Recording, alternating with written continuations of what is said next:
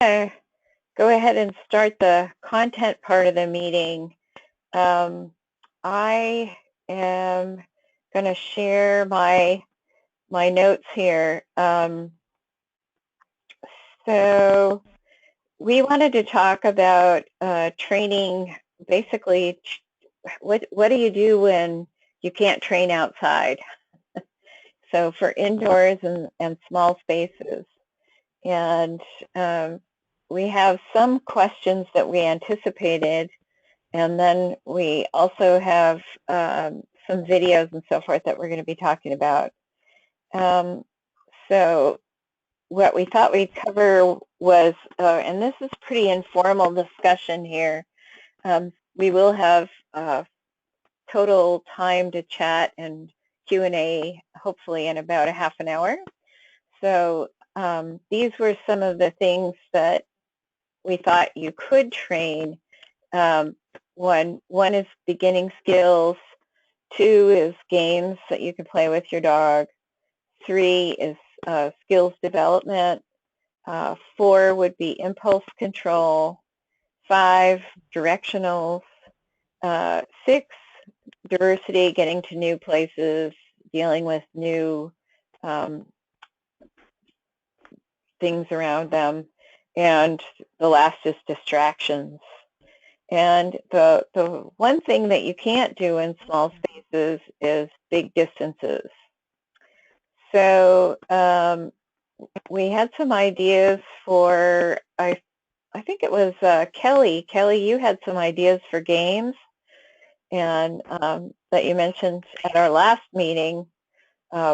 Bowling was one of them, pushing a ball so it knocks over some objects, unrolling a carpet, a domino-style game similar to bowling, and pushing a toy or a car. Ellie, why don't you talk about the video, and I'm going to see if we can play it after you introduce it. Okay, so I had just dug up some video that we did at a demo. Basically, one of the things that we like to do, because I do train in a pretty small area, our building area is only 20 by 40, and it's barely 20 across, probably more like 18. So we train a lot of games.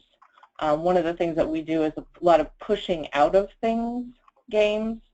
So the easy one is pushing off a Frisbee. We do pushing out of a sled, pushing out of like a inflatable, like the pool ring, the floaty ring that you use in the pool. And we also have a tire that we push out of too. And it's nice because we can each use our own size balls that work for each dog, and kind of builds their confidence in pushing. One of the dogs I train with is a poodle, and he does not like to push if he gets much resistance from the ball. He's like, yeah, okay, I'm going to stop. And this has really helped him gain a lot more confidence in pushing with strength. Nice. So I'm going to see if we can play that video. For those of you who can see the screen, here it is. I'm not sure we can hear the sound on it, but you can see. Ellie, can you see this? I still see waiting to view Sandy Pensinger's screen. Oh, okay. There we go. Let's open it up there. You got it. Technology. We love it. So I had him on leash here because he was really obsessed with playing with that Bernese Mountain Dog that you can barely see in the background.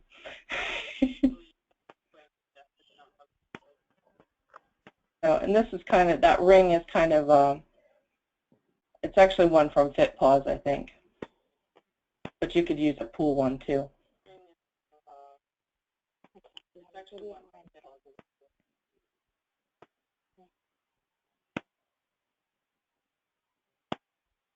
It's funny because right here is the point where he realizes there's someone filming him, and he stares at her like, excuse me, what are you doing, lady? Distraction. Exactly. So the sled's hard because it gets a lot more resistance, and they have to deal with kind of, he likes to climb in it. And then the tire. Oh, nice. What kind of tire is that? I think it's like a motorcycle tire, because it's not super thick. Right, I want one. And then we also have, this is my instructor, Kim. This is her Schnauzer doing the same thing. So kind of a little bit of difference. You can see the little dog versus the big dog. Not that Rooney's huge, but compared to Phil, he is. And in this video, it's funny, he seems a lot faster.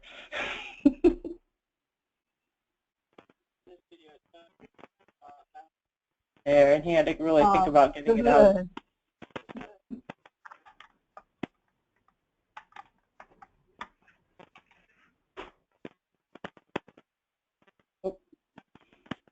He's only 14 months old, 15 months old, so he's just a baby.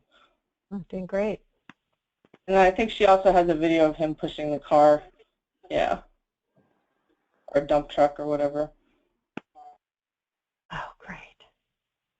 So she shops at Goodwill a lot. It's a good place to get a lot of this stuff. I think she found the tire there too. Okay. That's neat. I see the dogs have a lot of persistence in their pushing, and they do that. So, Kelly, do you want to talk about these videos that you are, can you hear us? I can. Okay. Yeah. I think the first video there is around the world. Basically, handler is the corner of the ball. You can kind of see me there. And you send your dog out to Why don't you different balls. describe the setup, because some people are on the phone and they can't see. Again, handlers in the middle. You have balls. I also use baskets a lot. And you put those in a big ball around you.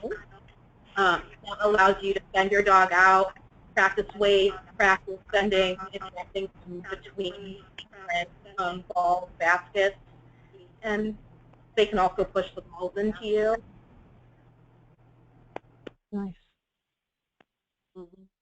That's great.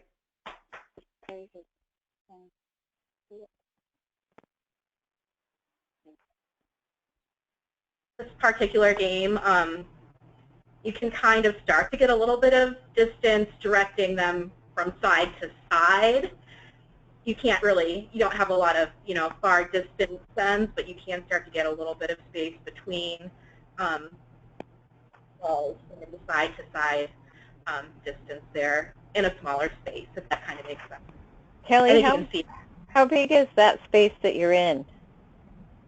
That space is only 30 feet wide. And I think I have everything about 20 feet apart, so 10 feet on either side of me. So you could go bigger, you could go smaller, but. Nice.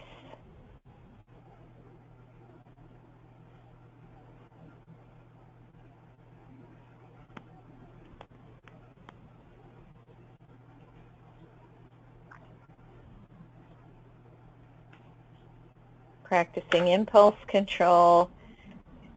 Kelly's having, what is the name of this dog? It's Dexter? Dexter. Yep. Dexter is moving from object to object around a circle and practicing sits behind the objects. Great. Okay. Nice push. Okay. And the next one you have,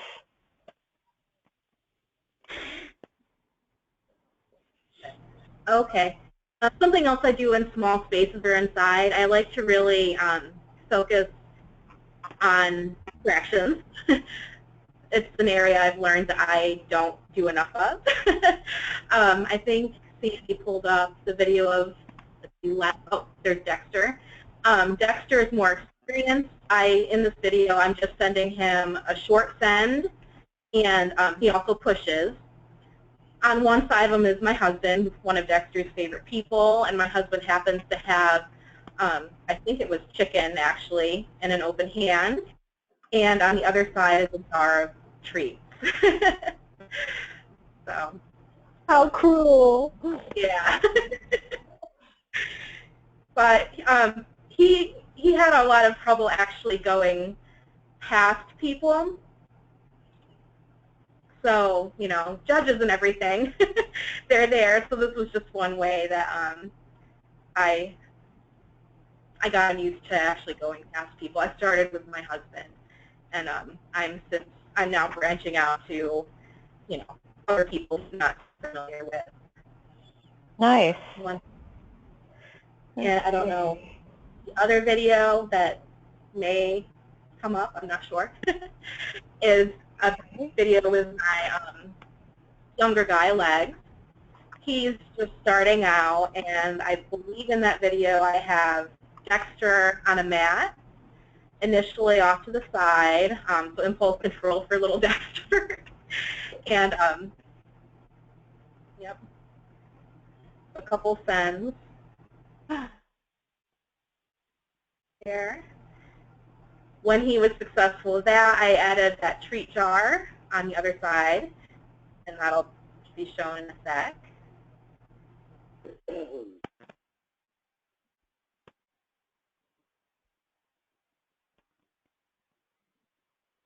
And since he's a new guy, you'll actually see he made a mistake. I interrupted him. I stepped on the jar there because he had actually opened an identical jar at home like a couple days before, so I didn't want him to actually do that. And you can see the next repetition, just by interrupting him, pulling him away from the jar, I reset, and the next repetition, he was successful and continued to be successful.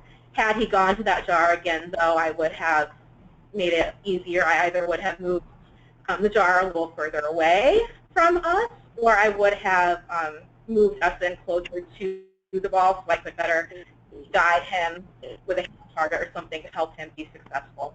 Nice. And rebuild. Great work with 2 dogs there, Kelly. Thank you. Yeah, that was great. Gives us some ideas. Is that Dexter in your lap right now? Yep, Dexter here. Legs, you can kind of see him. There he is. He sleeps up there. Okay. So I've got a few videos too, and I'll describe what's going on as I do it. You can do this in a really small space. So what I do is when I'm very first introducing a ball to a dog, a lot of times I want to test and make sure that they're not afraid of it. I think early on when I was training, I had a dog who was afraid.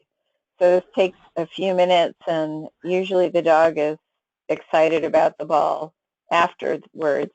But this is Pilot, and I've got a stainless steel non-tip bowl, and I've got a 45-centimeter ball that I'm holding above the bowl. And what I'm going to do is throw a treat in the bowl, and then lower the ball, throw the treat in the bowl, lower the ball just a few inches at a time. And so here I go. We also have a distraction. That's Zuni, Judy's dog Zuni. And so I lower, and after about 5 times, I roll the ball over the bowl, put the treat in behind, and the dog has to push the ball off the bowl to get the cookie. And so there, a simple game and easy to play in a small space. these are all pretty much beginners games. And so the next video that I have is, I noticed that my dogs, that Pilot in particular, was not really interested in poking the ball with her nose, but she likes to flick it with the top of her muzzle. And so I wanted to really teach her to push things with the top of her muzzle. So I started out with a little dowel and had her push it up with her nose, and I'm just shaping her to do that. And then I wanted to make sure that she knew that it wasn't just a little dowel that she was pushing, but all kinds of other things. So I have a little target stick with a buoy on the end, and I had her push that up with the ball. This is, it's a beginning game, but it's a nice skill to teach the dogs. And you can just kind of use household items to cheat. This is a foam roller, and she's pushing that up with her nose. Now she's starting to get a little bit more energetic with her pushes, which is what I want too. And you guys, who can see this, can see her pushing a little harder with that. And then eventually this is going to transfer to a ball. And so doing a flick instead of a poke push. And this is a bigger foam roller. Yeah, I had her roll it on my knees. She's standing on a Bosu ball while she's doing this. And then I had a peanut ball that I had her roll. So I'm trying to get a little diversity in my training so that she doesn't get stuck on one item. I like using lots of different items.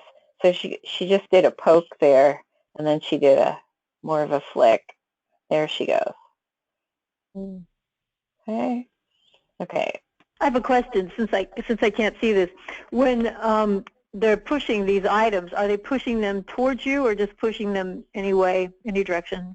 Always towards me. Okay. I'm actually, with the little peanut ball, I'm having her roll it up on my shoes. And okay. Then I knelt down and I'm having her roll it up my knees because I want her to develop persistence. And really, if she can't really push the ball, she's going to be slow. And so my goal is to get, develop have some fun with her and develop some persistence. So why is the flick important to shape? For her, it was because I think at one point she got discouraged, and I think I'm guessing that it bothered her to push with her nose leather, the black part at the end of the nose, only with her it's brown. And so she stopped pushing. She was just doing some really mamby-pamby pushes. So I've got one more game, and we call it barrel racing. And this video is of 4 of my students pushing lawn leaf barrels, empty ones, made out of plastic, the kind that you have out in your yard for picking up leaves. And they're collapsible, so they store really well. And getting them, Judy was a beginner. She's got Cooper in the foreground, and he wasn't really a persistent pusher at that point. But barrel race, I call that barrel racing. So it's barrel rolling. Just another barrel rolling, yeah. Just another fun game to play. So I'm going to move along now and move into our question and answer session. So regarding small spaces, does anyone have any questions or issues that they want to talk about? Need any help with anything that this group could give us? Well, I think I'm inspired by the distractions that Kelly showed because I haven't really worked on that, and that would be something that would be easy, relatively easy to do in my living room. That amount of space, right? To set up all kinds of crazy distractions for her to go around the ball to and still unpush even if she's only pushing it 2 feet. So that's really a great, exciting idea for a rainy day. Nice. Yeah. So I heard somebody else chiming in. I like the one that Ellie did with the, I guess those were clothes baskets that you had in between the balls. Right. And to me, I hadn't even realized I could use different objects in the balls to sort of teach them to sit behind it, because that's the problem I have is when they go around the ball, they have a tendency to not want to sit there and pause. So that'll be good for me with Reba. The clothes bag is really nice. My puppy, when I started to let him push legs, he was very ball happy. That's all he wanted to do. So I like the baskets.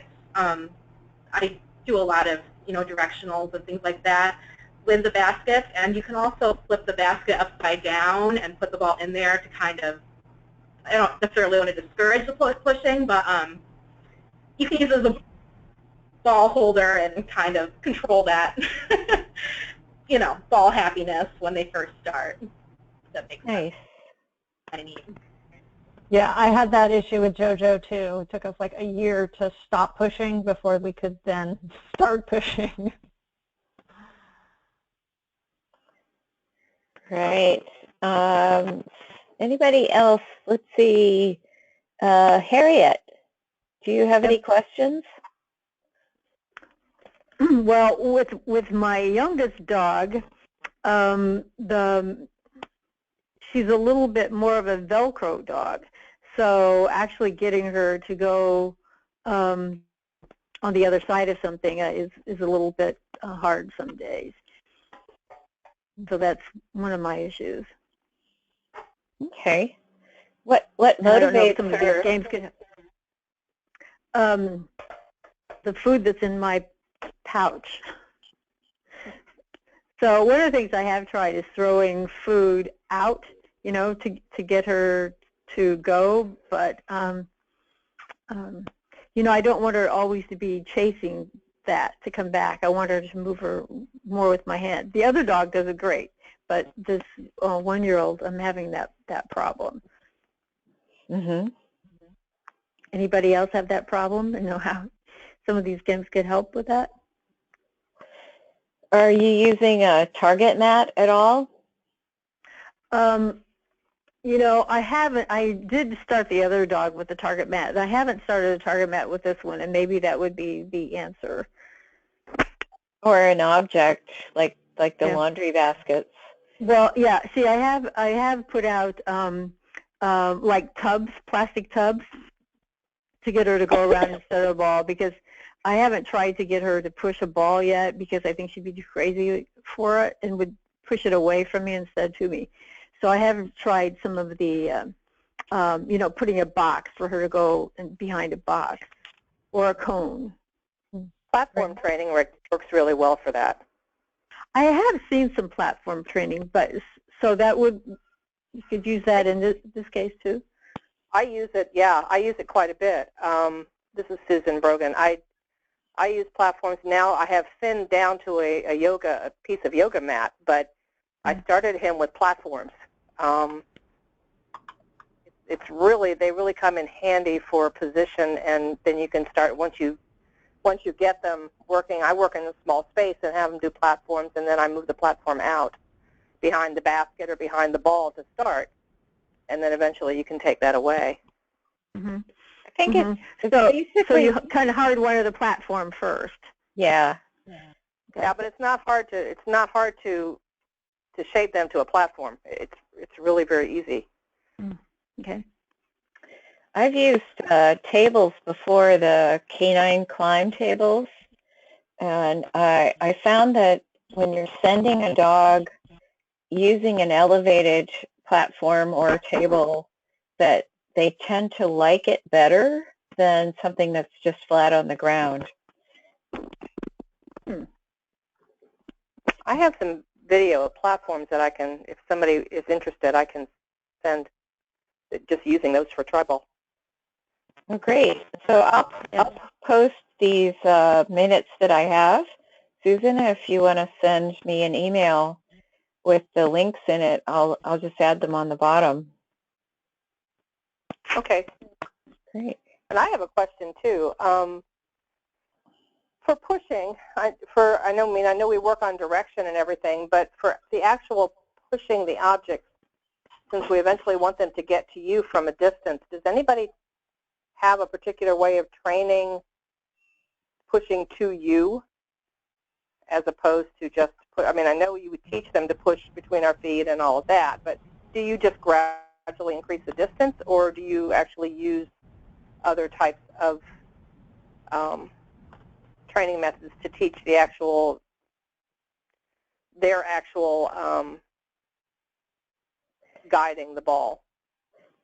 I've started with getting my dogs to push the ball until it hits my legs, and then I usually reward them or mark it and reward them when it hits my legs, so they love to push to me. Anybody else? Yes, this is Barb, and once my dog understands pushing, I have used ring gates or other barriers to make a channel and put the ring gates are great because you can make them really short and put the ball at the end and send the dog out and around left or right, and then they push through the channel, so they get the idea of pushing in one direction. And then you can make those ring gates longer and longer, and pretty quickly they learn, whoa, push to mom. Okay, that was for me. Yeah, that was kind of the idea that I had, and I didn't know if anybody had any others, so that's good. Okay. I use Sorry.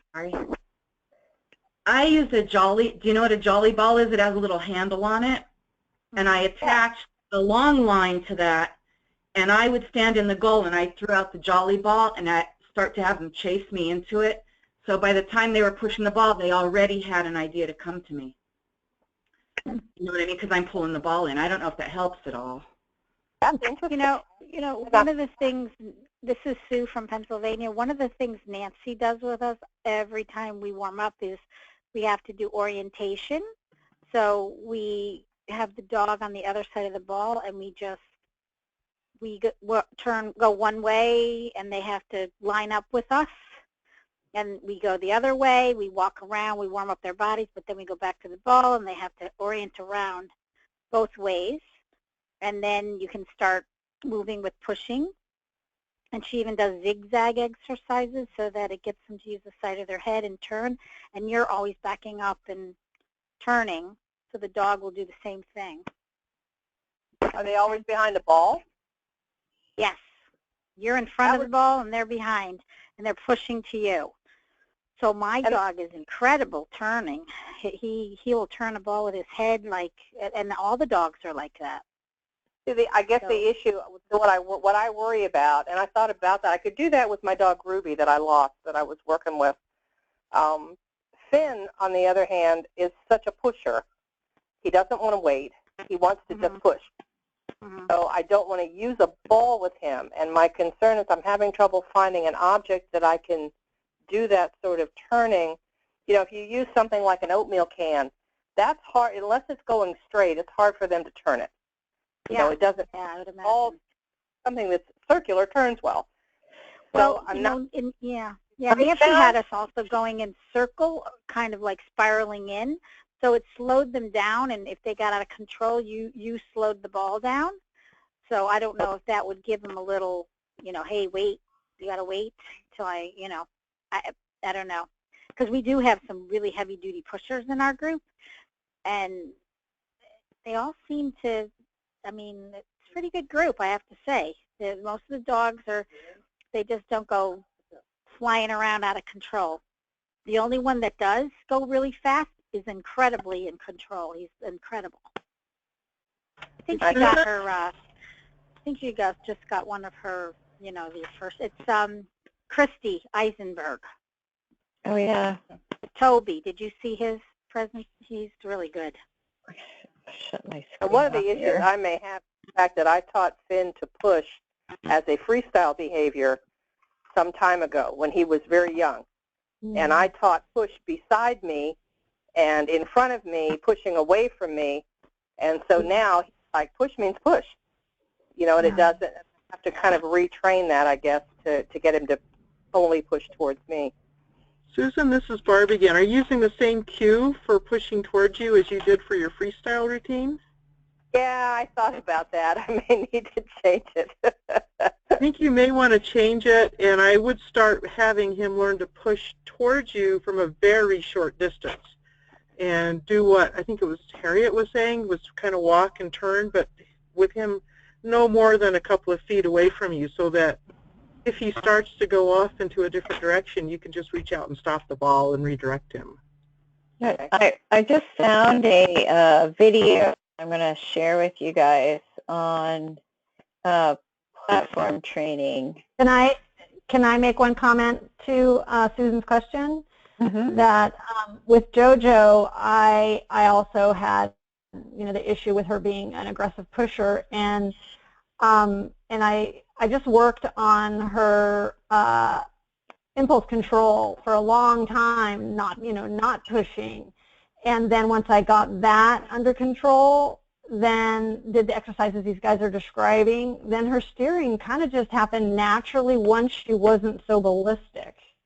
You know, and we play a lot of fetch, so, you know, she's used to the idea of bringing stuff to me.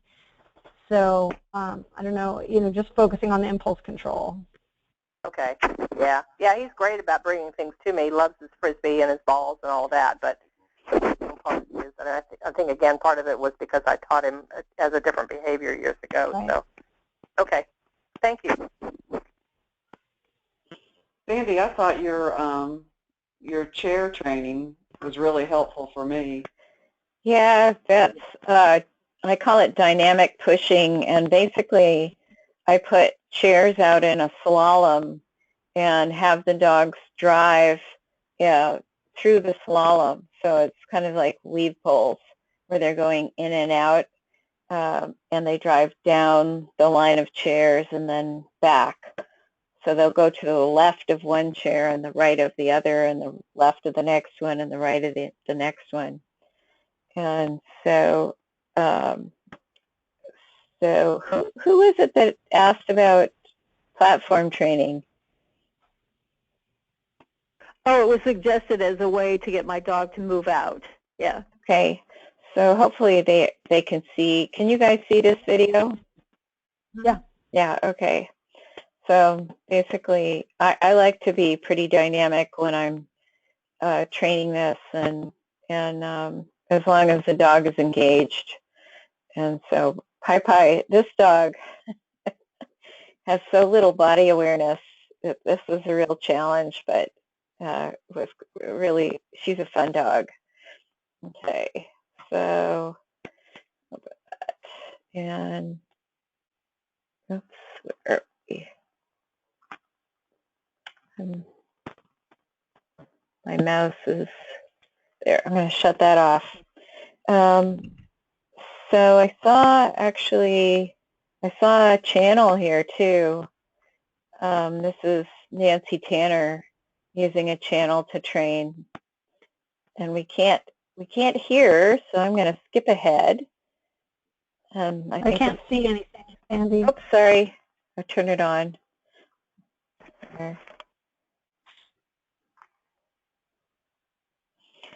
She's basically getting the puppy to go out to a mat behind a ring gate. So the ring gate is between her and the puppy. So she's developing value for the mat. And he's laying down on the mat. Then she made a channel, and she's sending him out to the mat, which is on the other end of the channel from her. between the two sets of ring gates. Does that make sense for our phone? I've seen that. Yeah. Yeah. Sandy, I did want to mention one thing. If you're training at home and you don't have ring gates, we a lot of times use pool noodles because they aren't a high barrier, but they do provide a barrier. So something like this exercise where you're doing a channel type thing, yeah, they can jump over it, but it works in a small space at home. Right. Oh, nice. Good tip. Okay, so you get the general idea there. You can eventually put a ball in there, and it's a great way to train that distance. But if your dog is a Velcro dog and they're not moving out, I think if they don't have any value for the mat, then you're probably not going to get them to move away from you. So I haven't tried the mat training with that dog yet, and I think that's what I'm just going to do is just stop and work on that for a while. The mat training.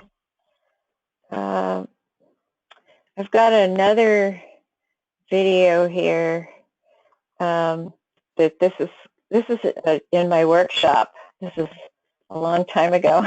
It's probably 2010 when I took this.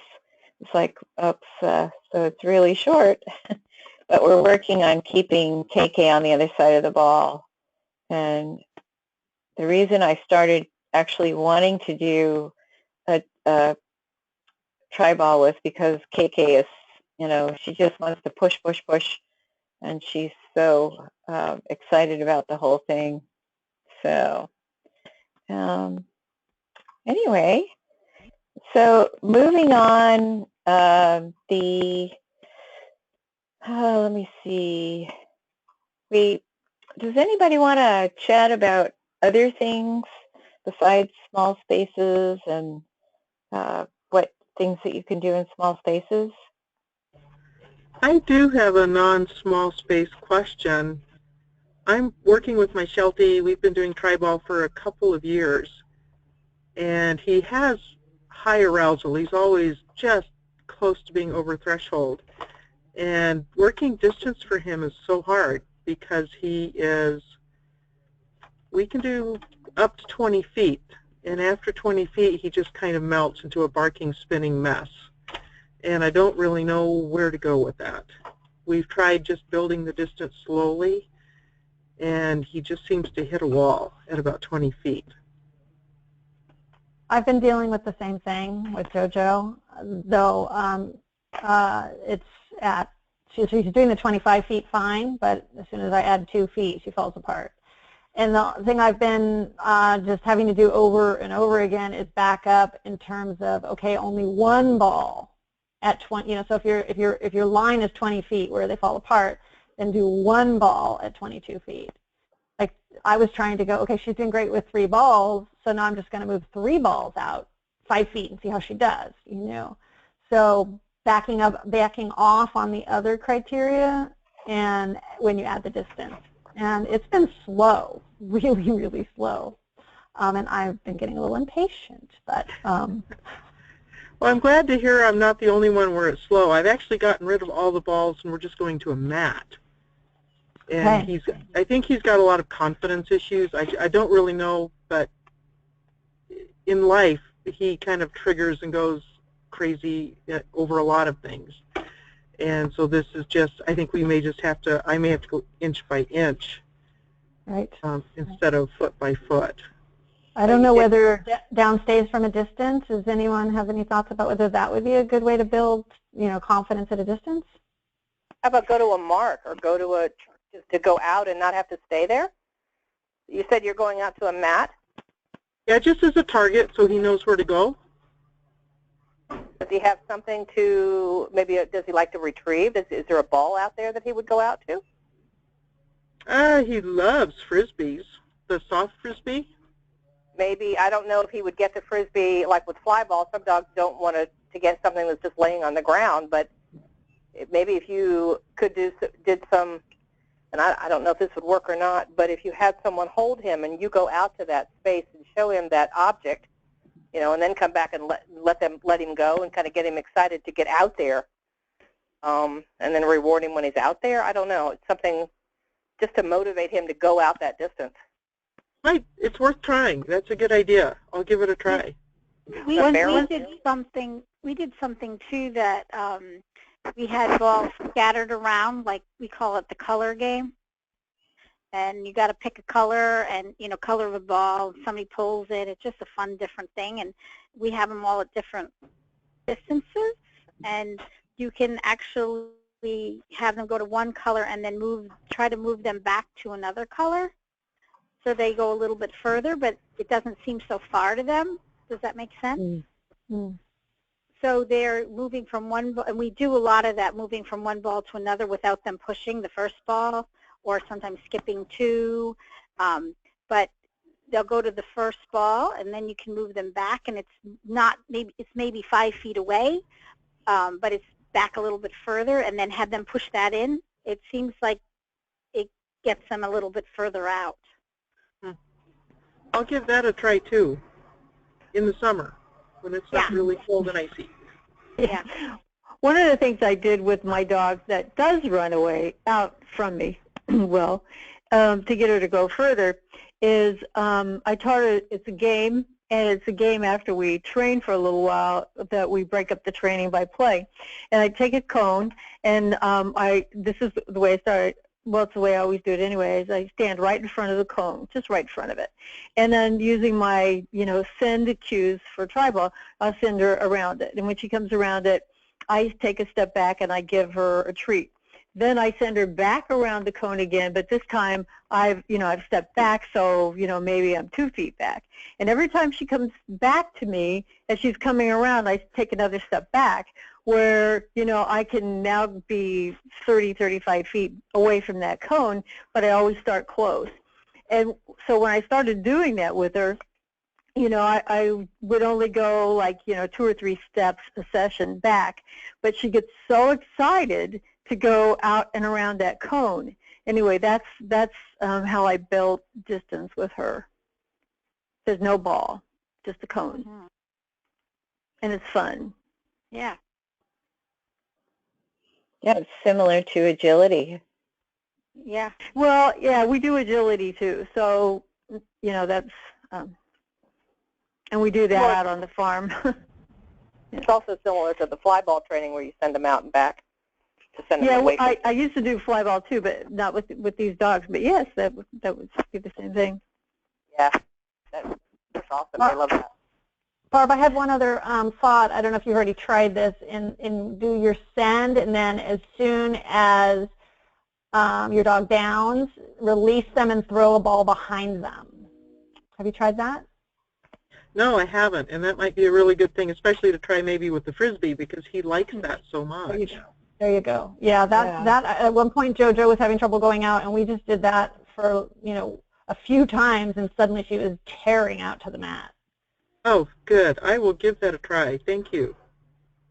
I just want to agree. I'm doing World Treibball League this winter, and I have had to really up the distance with Dexter. That is more or less how I've been really getting the distance. He goes out, hits his mat, and I either, you know, toss a big cookie or ball or something way out there for him. I'm continually, constantly rewarding him behind the mat to get that distance. Right. So when they hit the mat, do they do a behavior like sit or down, or they just hit the mat and there goes the toy or the treat? And when I initially started, it was as soon as feet hit the mat, click, and then the reward way out behind. Okay, great. My manners minder, put it out behind the mat.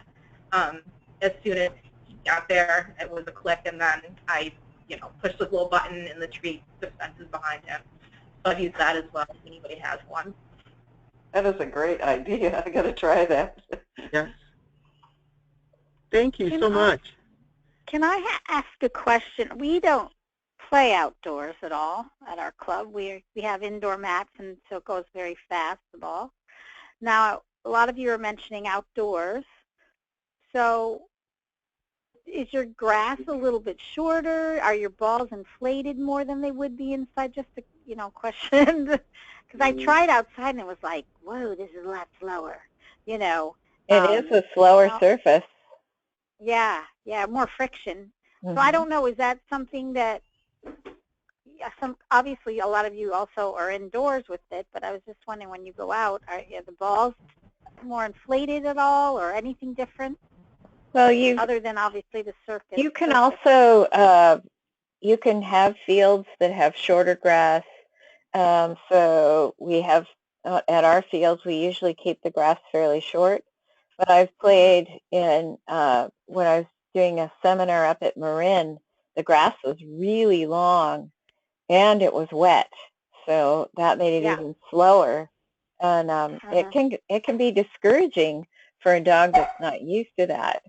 So if you have a dog that's only played indoors, you might want to go out and do some training and choose places that are easier at first and then work on some harder ones. If you were ever to go to a trial and the trial were at an outdoor place, you'd want to practice before you got there. Right, because we've done demos around here just to try to, get people interested in the sport. And we do them outside, and holy mackerels, it was a huge difference. Of course, the grass was not short. It was pretty long. And boy, they were tired. They did a lot of demos, so they were tired by the end. We've actually gone to places where we've done agility demos and lure coursing, and we actually took our lawnmower with us. So we could not a bad idea. cut the grass. Yeah. So anybody else? Any topics that you're interested in? Okay, so my suggestion is that we talk about our Treibball New Year's resolutions. And how about we go in order? I'm first on the list. Gosh, I just got some really hard news. My 9-year-old pilot has cataracts. She has vitreous degeneration, and she has lens luxation, all in the same eye, and it's very possible that she'll be blind in the next few years, months, years. We won't know. Yeah. And just before this meeting, I found that out. And so my New Year's resolution is to have fun with her while she still has her eyesight. And KK is now 13, and she's I can tell her movement is sore. So basically, just have fun with the dogs and start thinking about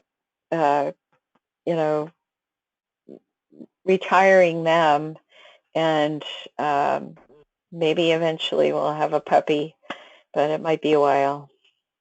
Okay, Barb, you're next. Oh gosh, I got a puppy, my very first puppy, and she's taken up more time than I ever thought she would need. So, but I really would like to do Treibball with her, and my goal is, my Sheltie Augie loves Treibball, and I think my resolution for this year is to start splitting more and to be more creative in training him so that he can get past some of his issues, and then to bring Echo, my puppy, along, and so she loves the game. Nice. Let's see, Cindy, you're next. I guess mine would be I'd like to move along a lot farther than what I am. I'd like to see multiple balls. I saw a video of you, Monica, with JoJo pushing 3 balls, pushing 1 ball through 2 balls, right? They're set up like a pull cue. And that would be my, would be to see if I could get my dogs to do that. By the end, I got till the end of the year, right? Till Yeah. December 31st, 2017, right? Okay, Cindy. All right. That's my goal. Cool. So, Cindy, 3 balls with Sting? And Reba. And Reba. Yeah, okay. I train them at the same time, so. Are you writing this down so you're going to check on us? I hear you typing. Yes. So I thought. Okay, and next is Ellie. So we've finally identified some place where we can set up outdoor training, and obviously not right now because it's the middle of winter in Ohio. But hopefully in the spring, summer, get my dogs used to it, and then get Rooney's novice title because he can do it once he gets used to the area. And we'll see. Dolce, she needs to come along a little farther, but distance is a goal for her because she's my Velcro girl. Okay. So Dolce is distance. So by the end of the year, what kind of distance?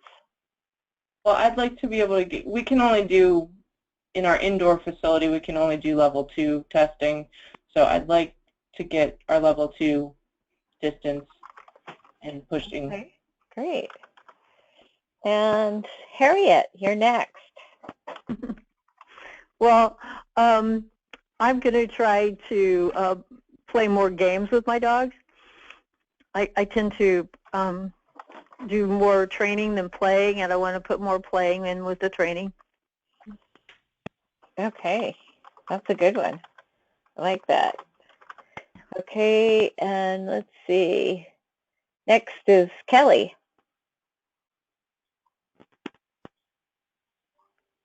Can you hear us? Sorry. I'm hoping that, once the weather clears, I have an outdoor space now that's large enough to do the titling, and I would really like Dexter.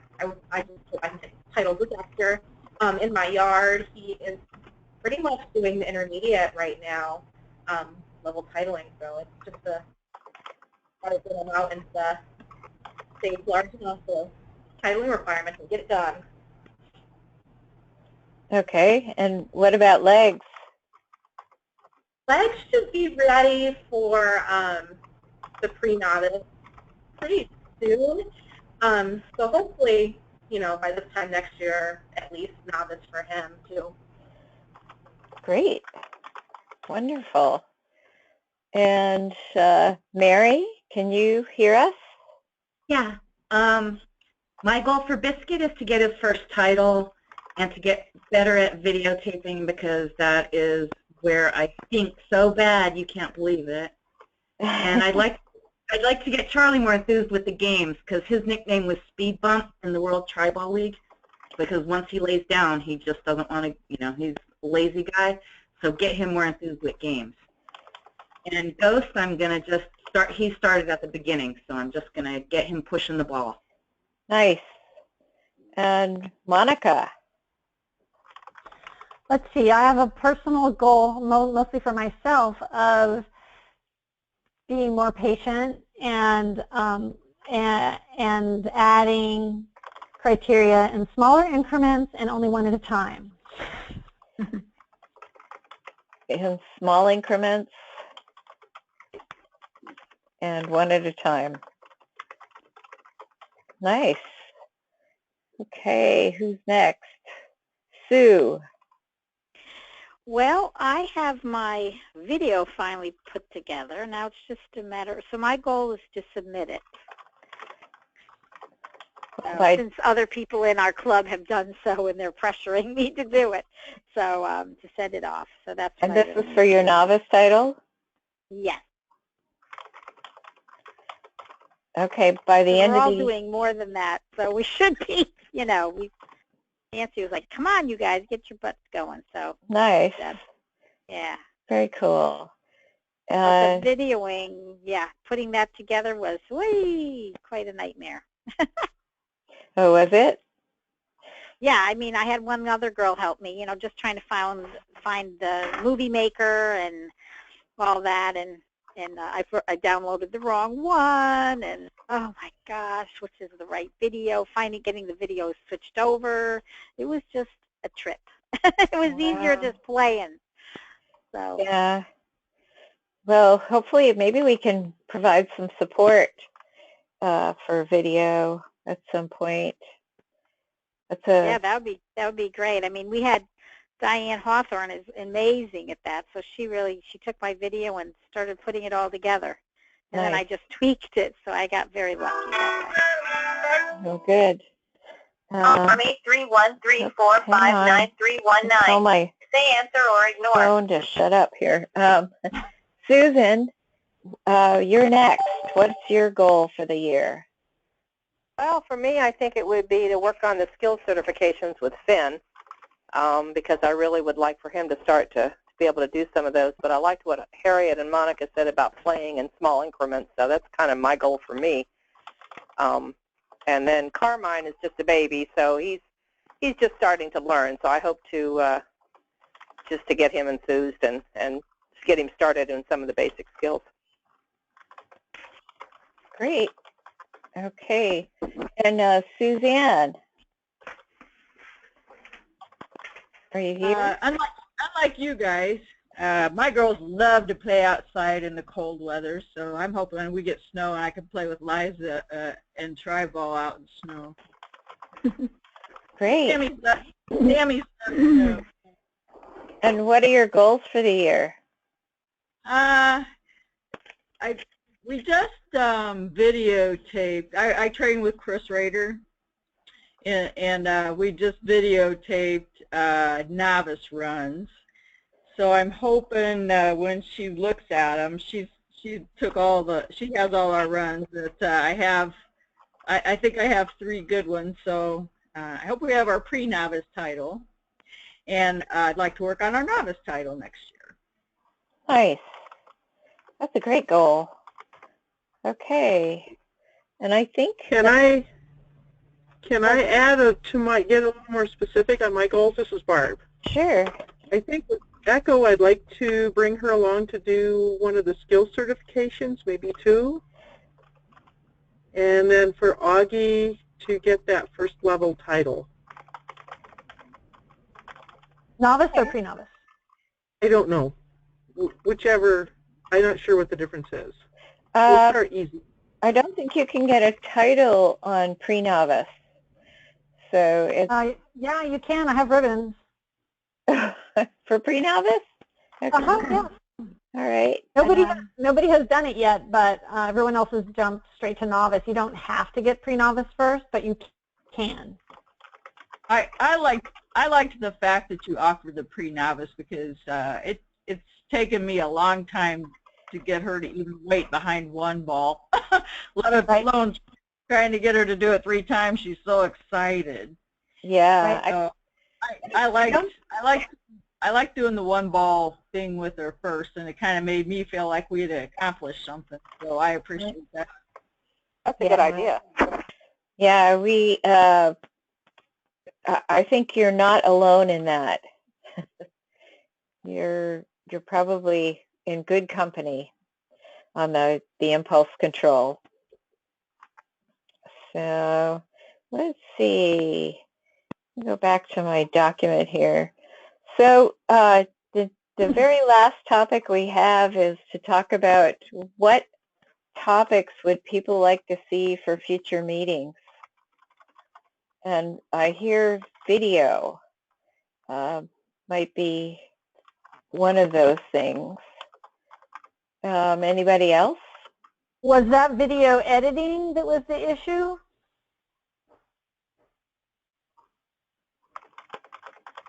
Was it video editing that you had the issue with? I can't remember who that was. Oh, yes. I'm sorry. That was me. Yes. Yes. It was definitely video editing. Yeah. So not the camera setup or any of that part of it? No, because we had somebody standing there with the camera and with a tripod, so we were good that way. Okay. Right. Yeah. Good. It was the afterwards piece. What software are you using? Well, I used what the problem was is Nancy had run some on her one type of IBM, not the IBM, excuse me, the her little thing, and then I used a Toshiba. So then to try to get my Toshiba stuff over, I had to put them into YouTube, and then finally got to download it, but it took forever. To hear it, stay listen. So that was the problem. We were having, Can you repeat that? To hear it now, stay listen. Sitting on my phone now. Sounds like my technology problem. Yeah. So that was the problem. I had two different basically modalities that I was using. One was that Nancy had downloaded onto my thumb drive, which was great, but that was only 2 runs. I needed another run and they were all on my computer, on my little computer. I forgot what they're called. The little ones that you have. And tablet? It was on that. Yeah, tablet. It was on my tablet. My tablet would not go through Gmail. It was too much. And then I said, well, maybe if I tried uploading it to YouTube, and that's the only way I could do it to get it down. And I only could get one in. So it was sort of a nightmare, to be honest. And then to do the Movie Maker, to pull that all together. And I'm not computer savvy. That's what was really frustrating. I'm pretty savvy with different things, but not with this. I wasn't. So yeah, that would help. Really cool. Would it help? I just want to make sure you realize that you don't have to put it all together on one video, all pretty with titles. Well, wouldn't that have been nice? But the problem, somebody said that's what you need to do, and that would have helped. Yes, I could have probably sent it in. You can submit 4 separate YouTube links, one of your field overview and 3 separate run YouTubes. And you could even, have one YouTube with 2 runs and the other one just with 1. Yeah. So yeah, I wasn't, they were just saying put your video together. So I hadn't even gone to the NATE website, in fairness to all of you. They were saying from class, put it all together, and so that's what, being told to do by other people. Yeah, because one girl, her nephew did it, and it was, gorgeous. So then it set a precedent. Sue, I want to save this for another meeting. I actually have an IT guy waiting at my gate to be let in. So I can let you guys chat on, but he's actually going to be working on my router, so to try and speed things up so these calls go a little smoother. Sandy, I think if you leave, we're going to lose the call because it doesn't start to you. I'm not going to hang up. But I will mute myself. You can. I wanted to just put this on everybody's calendar that the next virtual Clubhouse chat is Friday, January 27 at 4:30 Pacific, 5:30 Mountain, 6:30 Central, and 7:30 Eastern. So if you want to put that on your calendar, and so if somebody would write down the topics, we'll figure out what we are going to talk about next time. Monica, do you want to do that for me? Sure. Yeah, I can do that. I'm going to mute myself now, and Happy New Year, everybody. Happy New Year. Take care. Bye. All right, so let's see. We have video editing. Any other ideas? This is Barb, and I am the world's most disorganized trainer. And I would love it if people in the next meeting could just spend a few minutes. How do you organize a training session? How you send out that really wonderful spreadsheet. How do you work that? Okay. How does that actually work into a training session? So I think that would help me out a lot. Great topic. Really great. I'd love to see impulse control and all the ways that different people train impulse control. since this is a huge part of the sport. Yes. I'd like balancing, but I don't know how big of a topic that could be. I don't know if everybody used balancing when they trained, but that's what Sandy showed me to do, and I thought it helped me immensely. What do you mean by balancing? Being perpendicular to the dog at any direction around the ball. Oh, okay. That's the only way I can describe it.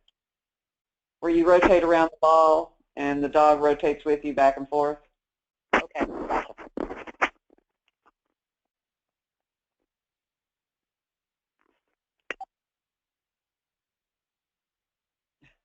Anyone else? Well, I think those are some great ideas. So we have, I think, enough for a few more chats. So I'll pass this on to Sandy, and I look forward to hopefully seeing all you guys next month. And this is Barb. I don't think I'll be available next month. I'll be actually in Sandy's neck of the wood in San Diego for a no-work conference. So I'm not sure I'll be there next month, but I will be the month after. Okay, well, we're a little far from San Diego, but you're welcome to come visit.